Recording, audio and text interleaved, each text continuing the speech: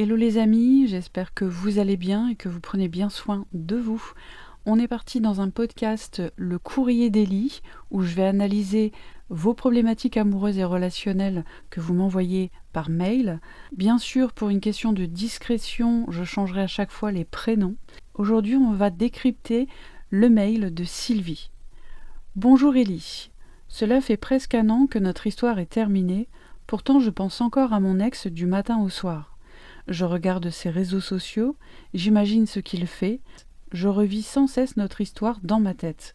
J'ai l'impression d'être obsédée.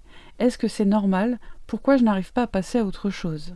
Merci Sylvie pour cette question, je pense qu'elle peut parler à beaucoup d'autres personnes, parce que sache que tu n'es pas la seule à vivre cette situation. On va décrypter tout ça.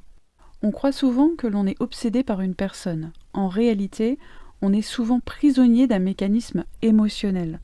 Quand une relation s'arrête, notre cerveau perd une source de sécurité, de réconfort et parfois même d'identité. Il cherche alors désespérément à retrouver ce qu'il a perdu. C'est un peu comme un GPS qui continue de nous ramener à une destination qui n'existe plus. Plus tu essayes de ne plus penser à ton ex, plus ton cerveau considère que cette pensée est importante. À cela s'ajoutent parfois des blessures plus anciennes, la peur de l'abandon, le manque d'estime de soi, la peur d'être seul ou le besoin d'être rassuré. Ton ex devient alors le symbole de quelque chose de beaucoup plus profond.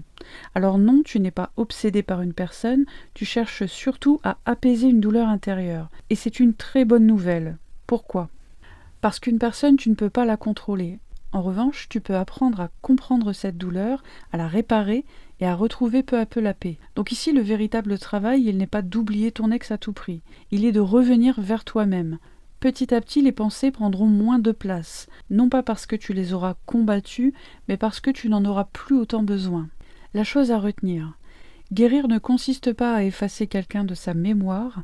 Guérir, c'est faire en sorte que son souvenir ne dirige plus notre vie. Merci Sylvie, j'espère avoir répondu clairement à ta question.